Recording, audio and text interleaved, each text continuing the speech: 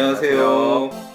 인생 후반전 내 몸 사용법 구독, 좋아요, 알림 설정 부탁드리고요. 오늘의 주제는 자녀들의 치아 관리입니다. 오늘도 치과 개원이 조상현 원장님 나오셨습니다. 안녕하세요. 안녕하세요. 오늘 주제가 자녀들의 치아 관리인데요. 네, 부모님 편 했으니까 이제 자녀 편 하는 것은 자연스러운 흐름인데요. 맞습니다. 자녀도 이제 연령대가 네, 또 다양하다 보니까 오늘은 어린이 편입니다. 일단 네. 태어나서부터 간략하게 얘기를 해드리면요. 이제 아기가 처음 태어나면 이가 없습니다.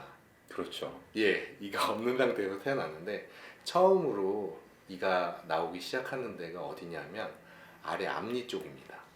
아래 앞니가 보통 6개월이 지나면 맹출을 하기 시작하는데요. 그때서부터 이제 치아가 생기게 되는 거죠. 치아가 올라오게 되면 치아 관리를 어떻게 해야 되는지 부모님들이 되게 많이 궁금해 하시잖아요. 근데 치아가 몇 개 올라왔을 때까지는 큰 문제는 없습니다. 그 어금니 쪽이 올라오기 전까지는 그냥 기본적으로 꺼즈로 치아를 닦아주시고 물로 잘 헹궈주시고 그리고 단 거를 오랫동안 물고 있지 못하도록 네. 해주면 되거든요. 그래서 그 정도는 대부분 부모님들이 기본적인 상식으로 알고 있기 때문에 그것대로 실천해 주시면 됩니다. 네, 그러면 선생님 언제부터 자기가 직접 칫솔질을 해야 되는 거죠? 네, 유치도 어금니가 올라오게 되면 양치질을 잘 해야 되거든요. 아, 그러니까 이가 이제 유치가 다 나게 된 경우. 네, 맞습니다.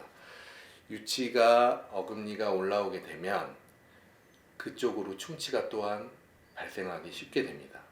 그래서 충치가 발생하지 못하도록 양치질을 하는 습관을 들여야 되는데요. 보통 양치질을 엄마가 억지로 하려고 하는 그런 식으로 가르치는 것보다는 칫솔질과 관련된 여러 가지 동영상이나 교육자를 통해서 자연스럽게 놀이하듯이 아이가 칫솔과 친숙하게 들 수 있도록 해주는 것이 중요하다고 볼 수 있겠습니다. 선생님 말씀 들으니까 네, 또 역시 맞습니다. 양치질이 중요하다 맞습니다. 이런 생각이 드는데 저희 아이들 어렸을 때 생각해 보니까 이제 치약이 좀 써서 네, 양치질하기 싫어해서 뭐 이런 뭐 좀 과일 향, 과일 맛 이런 예. 어린이 치약을 썼던 기억이 나는데요. 옛날에 비해서 치약이 맛과 향이 많이 좋아졌습니다. 저도 어렸을 때만 해도 치약하면 되게 쓴 맛, 아주 약간 안 좋은 기억 이런 것들이 있는데 지금은 그렇게 애들이 양치질하기에 이렇게 어려운 그런 상황은 아니거든요. 그래서 기본적인 치약을 사용하시면 될 것 같고요. 근데 무엇보다도 요즘 불소가 없는 치약을 쓰는 게 좋다 뭐 이런 이야기들도 있는데 절대 그렇지 않습니다. 불소가 함유된 치약을 쓰는 게 충치 예방 효과에 큰 역할을 하게 되는 것입니다. 아, 네. 지난번에 이제 어린이 시절에는 불소도포도 필요하다 이런 네. 말씀도 해주셨죠. 예, 네, 잘 알겠습니다. 그런데 선생님, 양치질을 잘해도 네, 어렸을 때 이제 치과에 가야 되는 상황이 생기게 되잖아요. 네, 생깁니다. 그러면 또 이제 아이가 어리니까 네. 얘를 어떻게 치과에 데리고 가지? 이런 네. 고민을 했던 기억이 나요. 그러니까 애들은 아무래도 단 거를 좋아하고요. 그렇죠. 예, 탄산 음료를 좋아하고 네. 이런 부분들이 다 충치의 원인이 되거든요. 그래서 성인들에 비해서 충치 발생률이 당연히 높고요. 일단 부모님께서 아이가 충치가 생긴 것 같은 느낌이 들면 치과를 한번 가셔서 정기 검진을 받는 것이 중요하다고 볼 수 있습니다.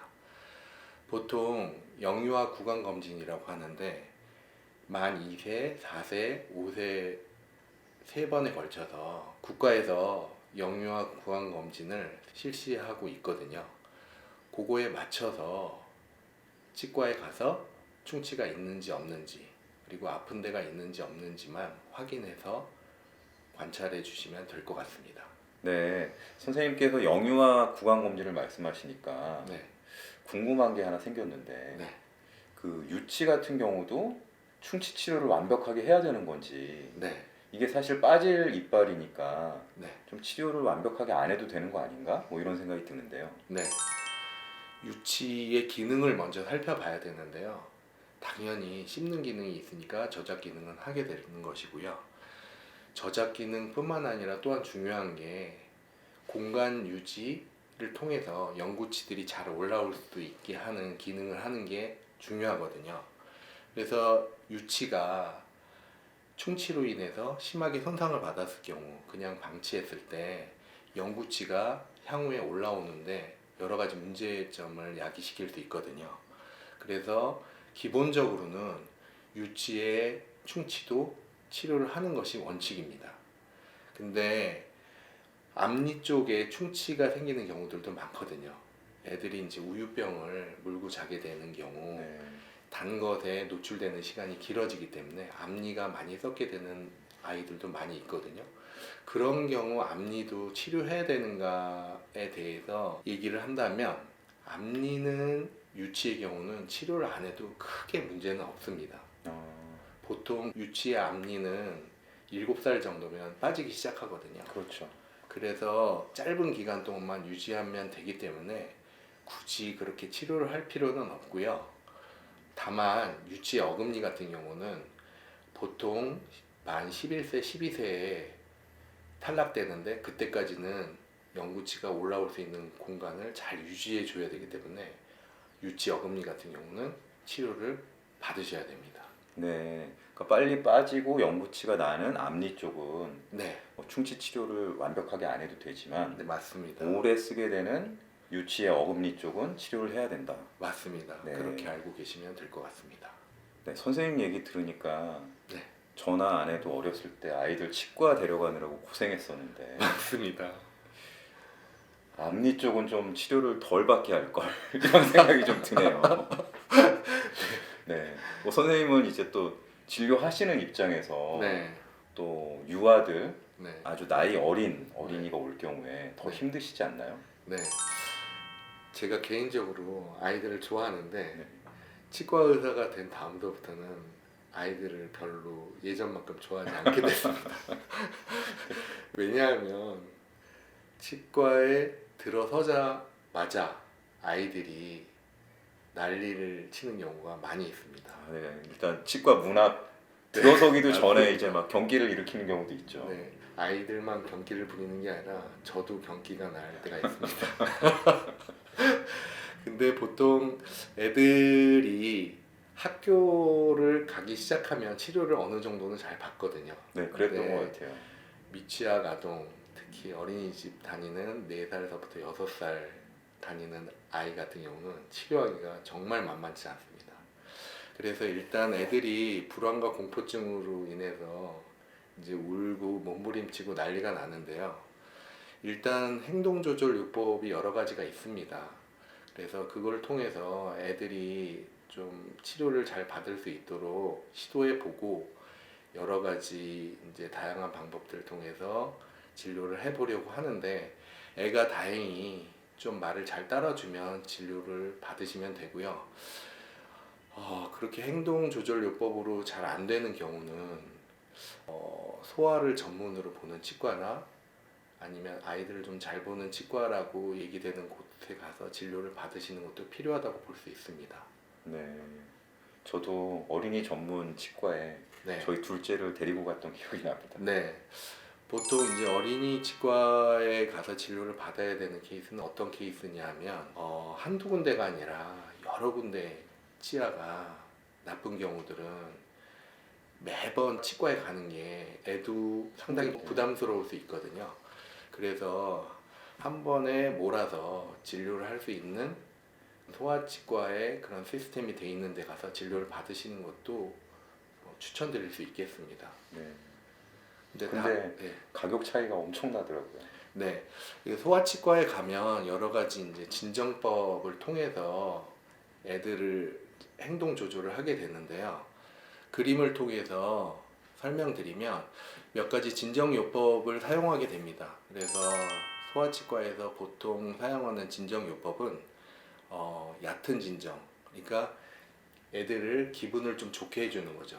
그러니까 좀 긴장을 떨어뜨리고 진정시키고 난 다음에 치료하는 방법인데 아산화질소라고 하는 이 가스가 있습니다. 네. 웃음가스라고도 하는데요. 아, 네, 들어갔습니다. 네, 저것을 흡입하게 되면 애가 기분이 좋아지고 긴장이 떨어지게 됩니다. 그래서 1차적으로 아산화질소를 흡입시켜서 행동 조절이 가능하게 되면 치료를 하면 되고요. 그것을 통해서도 행동 조절이 안 된다 그러면 그거보다는 조금 깊은 진정을 해야 됩니다. 그래서 수면 마취까지는 아니더라도 이제 미다졸람이라고 하는 진정제가 있거든요. 그것을 코로 흡입시키거나 근육 주사를 놓게 되면 조금 더 깊게 진정이 됩니다. 네.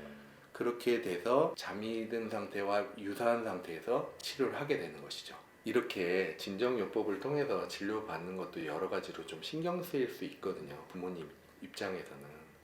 그래서 기본적으로는 애가 일반 치과에서 진료를 잘 받는 게 여러모로 좋고 또한 경제적으로도 비용이 덜 들 수 있는 방법입니다. 네, 저희 둘째 같은 경우도 치료해야 될 이가 너무 많아서 네. 진정요법을 쓰는 이제 소아치과에 가서 네. 치료를 받았거든요. 그 전 과정에서 이제 또 힘들어하고 네. 뭐 경제적인 부담도 있었고 이런데 네. 선생님을 일찍 만났으면 좋지 네. 않았을까 이런 생각이 듭니다. 네. 일단 진정요법이라는 게 일단 마취의 일종이고 마취 사고를 100% 완벽하게 막을 수는 없거든요. 그래서 약간 불안 요소가 있는 것도 사실입니다. 네.